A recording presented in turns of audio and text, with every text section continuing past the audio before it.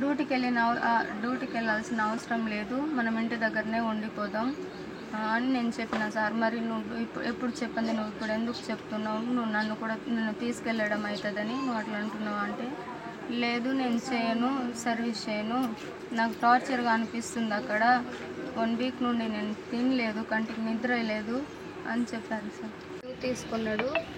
నాది gall బ్లాడర్లో stones అయితే మేము అక్కడ రిపోర్ట్ చేసినాం. లీవ్ ఇవ్వండి సార్, ఫ్యామిలీకి బాగలేదు, హెల్త్ బాగలేదు, లీవ్ ఇవ్వండి, నేను కొంచెం తనకు సర్జరీ అయిపోయాక తిరిగి వస్తా అని చెప్పిండు సార్. అయితే 15 days లీవ్ ఇచ్చిలే, ఎక్స్ట్రా అంటే 30 days ఇవ్వమంటే ఇవ్వలేదు.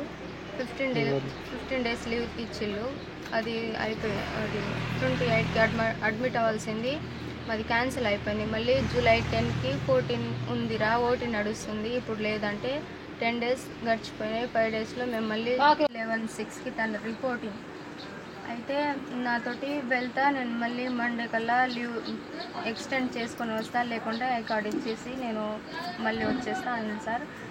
వచ్చిన రోజు బాగా ఏడ్చిండు, వచ్చి 28కి లీవ్ తీసుకొని ఇంటికి వచ్చిన రోజు బాగా ఏడ్చిండు.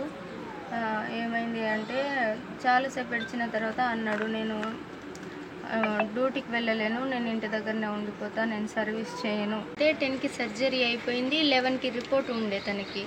అయితే నా దగ్గర ఎవరు లేరు, పేరెంట్స్ కూడా లేరు, తనకు లేరు, నాకు పేరెంట్స్ లేరు, అయితే మా వాళ్ళు ఎవరు చూసుకోవడానికి ఎవరు లేరు.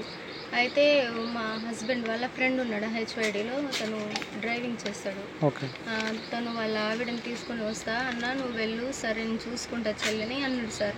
అంటే సరే అంటే వాళ్ళు బయటికి వెళ్ళిన వాళ్ళు కొంచెం లేట్ అయింది, రాలేదు, నీ దగ్గర ఎవరు లేరు కదా, మళ్ళీ నేను రేపు ఈవినింగ్ 6కి వెళ్ళిపోతా, ఫ్లైట్కి 6 అనలేదు సార్, ఆ రోజు ఫ్లైట్కి వెళ్ళిపోతా, ఏ టైంకి ఉంటే ఆ టైంకి వెళ్ళిపోతా, నేను వెళ్ళి కంపల్సరీ రిపోర్ట్ చేయాలి అన్నారు సార్.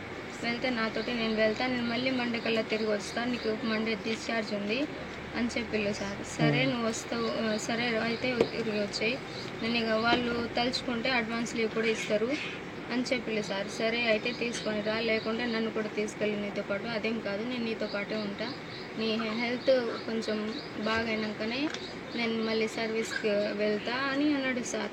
ఫస్ట్ అయితే నేను వెళ్ళను, అక్కడ నాకు టార్చర్గా ఉంది అని అంటున్నాడు. బయలుదేరిన అతను మళ్ళీ నేను 5 to 6 మధ్యలో ఒకసారి కాల్ చేస్తే, నేను ఫస్ట్ నాకు అది రాజీవ్ గాంధీ ఎయిర్పోర్ట్ బోర్డు పెట్టింది సార్, అది ఉంటుంది కదా, బోర్డు రాసి పెట్టుంది కదా, ఆ ఫోటో పెడితే వెళ్తున్నాడని నేను అనుకున్నా. మళ్ళీ నేను కాల్ చేస్తే అది తీయలేదు. తర్వాత మళ్ళీ నార్మల్ కాల్లో వీడియో కాల్ మాట్లాడి, నేను వెళ్తున్నా, 20 minutes అయితే చేరుకుంటా, నువ్వేం బాధపడుకో, నేను అక్కడ కౌంటర్కి వెళ్ళి అక్కడికప్పుడు టికెట్ తీసుకొని నేను ఫ్లైట్ ఎక్కముందు నీకు ఫోన్ చేస్తా అన్నాడు సార్. చేస్తా అంటే నేను సరే అని మొబైల్ పక్కన పట్టుకొని, నాకు అది సైలెంట్ బాటిల్ ఎక్కిస్తా అంటే నేను ఇక పడుకున్న తర్వాత మళ్ళీ నేను 9కి లేస్తే నేను మళ్ళీ ఫోన్ చేస్తే ఫోన్ స్విచ్ ఆఫ్ వస్తుంది. నాకు అప్పటికప్పుడే మళ్ళీ టెన్షన్ స్టార్ట్ అయింది. మళ్ళీ ఏమైంది, ఫోన్ ఎందుకు స్విచ్ ఆఫ్ అయిందో అని మా అన్నయ్య వాళ్ళకు చేస్తే, అట్లా ఫోనే స్విచ్ ఆఫ్ వస్తుంది చెల్లి, లేదురా అని అన్నాడు. మళ్ళీ నాకు అది కొద్దిసేపు చూసా సార్, ఫ్లైట్ ఎక్కువ ఉంటాడు కావచ్చు, అందుకనే అది అక్కడ డాక్టర్ వాళ్ళు కూడా ఫ్లైట్ ఎక్కితే అది నెట్వర్క్ అందుకురా, మేము భయపడకు అని చెప్పిళ్ళు సార్. తర్వాత నేను మళ్ళీ 10:30కి నాకు వాయిస్ మెసేజ్ వచ్చింది. నేను వెళ్ళిన అక్కడ మళ్ళీ లోపలికి వెళ్ళిన తర్వాత మీతో మాట్లాడతా, నేను సార్ వాళ్ళు ఫోన్ చేశారు, ఇక లేట్ అయింది, వీటికే చాలాసేపు అయింది, మళ్ళీ నేను రిపోర్ట్ కూడా చేయలేదు, వెళ్ళి చేయాలి ఈరోజే అని చెప్పిళ్ళు సార్. తర్వాత నేను మళ్ళీ స్విచ్ ఆఫ్ వస్తుంది, నేను మెసేజ్ పెట్టా, ఫోన్ చేయి బావా, నేను మాట్లాడాలి నీతోని అంటే, అది ఫోన్ మళ్ళీ అట్లనే స్విచ్ ఆఫ్ వస్తుంది. నేను మళ్ళీ కంపెనీ వాళ్ళకి ఫోన్ చేస్తే, సార్ మా హస్బెండ్కి ఇట్లా ఫోన్ స్విచ్ ఆఫ్ వస్తుంది, అక్కడికి ఏమైనా వచ్చిందా అంటే, సార్ వచ్చిండంటారా చెప్పిండని అక్కడ నుండి నాకు ఫోన్ వచ్చింది.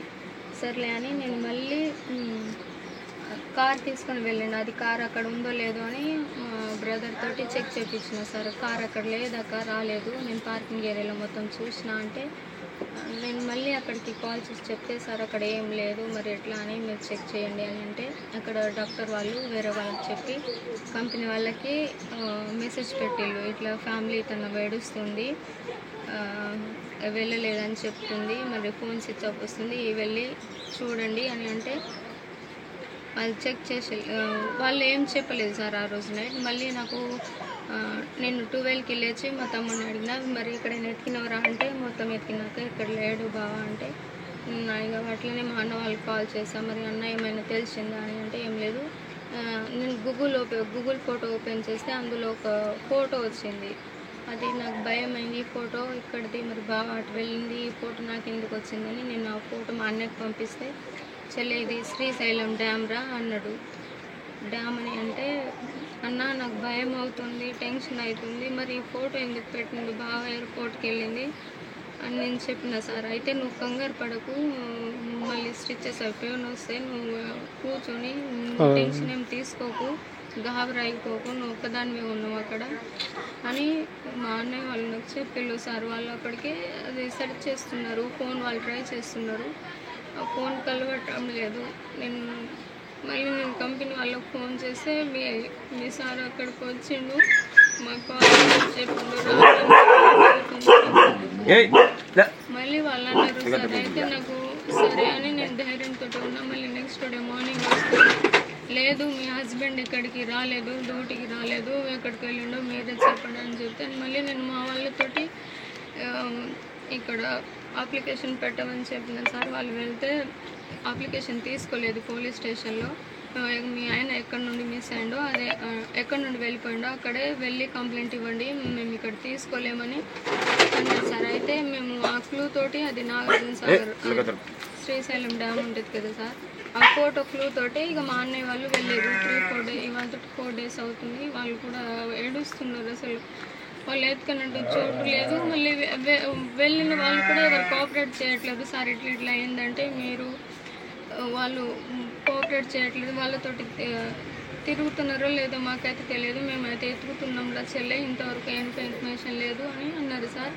నేను కంపెనీకి కాల్ చేసి మాట్లాడినా సార్, మరి ఇట్లా మా ఆయన వెళ్ళిపోయిండు, మరి మీరేం చేస్తున్నారు, ఎందుకు మాకు చెప్పట్లేదు, ఎక్కడున్నాయి మీ ఆర్మీ వాళ్ళే కదా అని మేము కూడా చేస్తున్నాం రా అంటే, మాకు మరి ఏ ఇన్ఫర్మేషన్ ఇంతవరకు ఎందుకు ఇవ్వలేదు సార్ అని మేమంటే, మేము కూడా ట్రై చేస్తున్నాం సార్. మీరు ట్రై చేసేటోళ్ళు అయితే మరి శ్రీశైలం వెళ్ళాలి కదా, తను మీ దాంట్లో ఒక పర్సన్ కదా, మరి ఏమైనా అయితే నేనైతే ఊరుకోను సార్, నేనైతే కంప్లైంట్ చేస్తాను అని చెప్పిన సార్. ఓ ऐसा दिक्कत नहीं करना, मैं आपका सब मेरा साइड से कितना आपको कोशिश करना, इतना खुश करते हूँ, मैं सपोर्ट करता हूँ आपका फैमिली को, वो हमारा आर्मी बंदा है అని చెప్పండి సార్ ఒకసారి. అక్కడ ఎస్ఎం సాబ్ చెప్పారు సార్. అయితే సరే అని నేను నిన్న మొత్తం వెయిట్ చేశాను. నిన్న కూడా నాకు ఏ ఇన్ఫర్మేషన్ లేదు. నేనైతే వాళ్ళ టార్చర్ తోటి ఇంట్లో నుండి ఎక్కడికో వెళ్ళిపోయాడు. ప్లీజ్ దయచేసి మా ఆయన ఎక్కడ ఉన్నాడు నాకు తెచ్చి పెట్టండి, దయచేసి ఇక్కడ ఉన్న మా ఆయన నాకు తిరిగి వస్తే అదే చాలు. మా ఆయన వచ్చిన తర్వాత ఏం జరిగిందో తెలిసిపోతుంది. ప్లీజ్ నాకు దయచేసి మా ఆయన నాకు కావాలి. ఎవరికి చెప్పినా పట్టించుకోవట్లేరు. ప్లీజ్ నీకు దండం పెడతాను, కాళ్ళ మొక్కరా. ఇప్పుడు ఢిల్లీలో ఉంటారు. తనది GD general duty, driver participate. మూడ్ నవీన్ సాక్ एसपी सापर मूड नवीन 365 कंपनी बीएसएफ आर्मी आपको कोशिश करना, इतना खुश करते हूँ, मैं सपोर्ट करता हूँ आपका फैमिली को, वो हमारा आर्मी बंदा है అని చెప్పండి సార్ ఒకసారి. అక్కడ ఎస్ఎం సాబ్ చెప్పారు సార్. అయితే సరే అని నేను నిన్న మొత్తం వెయిట్ చేశాను. నిన్న కూడా నాకు ఏ ఇన్ఫర్మేషన్ లేదు. నేనైతే వాళ్ళ టార్చర్ తోటి ఇంట్లో నుండి ఎక్కడికో వెళ్ళిపోయాడు. ప్లీజ్ దయచేసి మా ఆయన ఎక్కడ ఉన్నాడు నాకు తెచ్చి పెట్టండి, దయచేసి ఎక్కడ ఉన్నా మా ఆయన నాకు తిరిగి వస్తే అదే చాలు. మా ఆయన వచ్చిన తర్వాత ఏం జరిగిందో తెలిసిపోతుంది. ప్లీజ్ నాకు దయచేసి మా ఆయన నాకు కావాలి. ఎవరికి చెప్పినా పట్టించుకోవట్లేరు. ప్లీజ్ నీకు దండం పెడతాను, కాళ్ళ మొక్కరా.